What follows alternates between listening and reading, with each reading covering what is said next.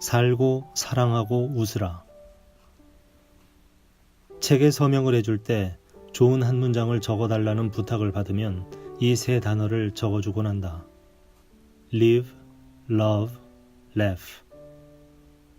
어쩌면 우리의 탄생을 주관하는 천사가 우리를 세상에 내려보내며 한 말도 이것일지 모른다. 살고 사랑하고 웃으라.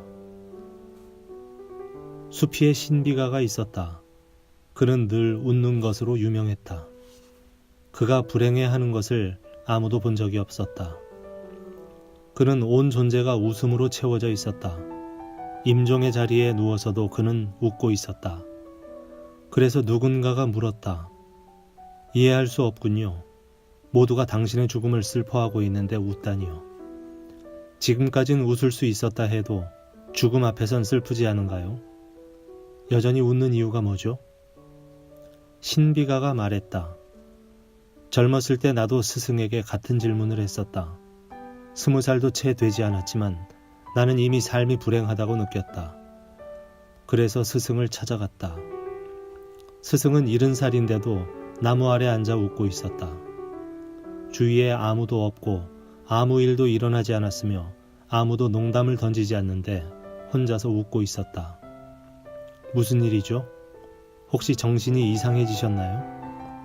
내가 묻자 그는 말했다. 나도 한때는 그대처럼 우울하고 슬픈 얼굴이었다. 그러다가 문득 그 얼굴이 어디까지나 내 선택이었으며 내 삶이 그 선택에 달려 있음을 깨달았다.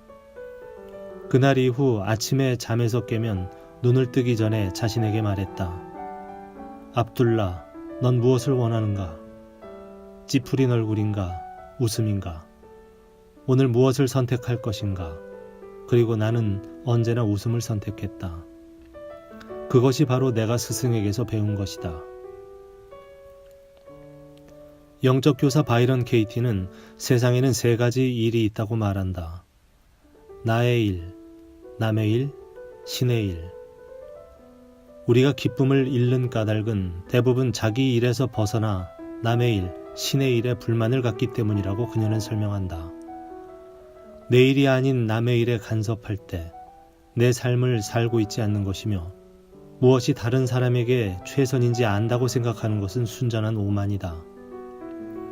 또한 나와 너, 모든 사람의 통제를 벗어나는 일에 대해 걱정하고 있다면 나는 신의 일에 간섭하고 있는 것이다. 나는 지금 내게 무엇이 옳은지 알고 있는가? 먼저 내가 풀어야 할 문제는 그것이다. 남의 문제를 해결하려고 애쓰기 전에 그런 다음 도움이 필요한 사람이 있다면 돕는다. 그리고 신의 일에 대해선 그저 웃으며 받아들이는 것이다. 나는 나에게 진리를 설하는 사람보다 웃음을 주는 사람을 더 좋아한다. 미소 지을 기운조차 없을 때 나를 웃게 만드는 사람을.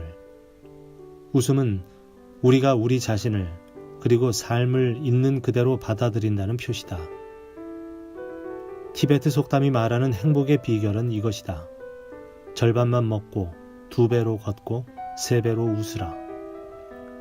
웃음은 이유가 있어서 웃는 것만이 아니다. 그리고 웃는다고 진지하지 않은 것도 아니다. 진정으로 웃을 때 삶의 영적인 차원이 열리게 된다.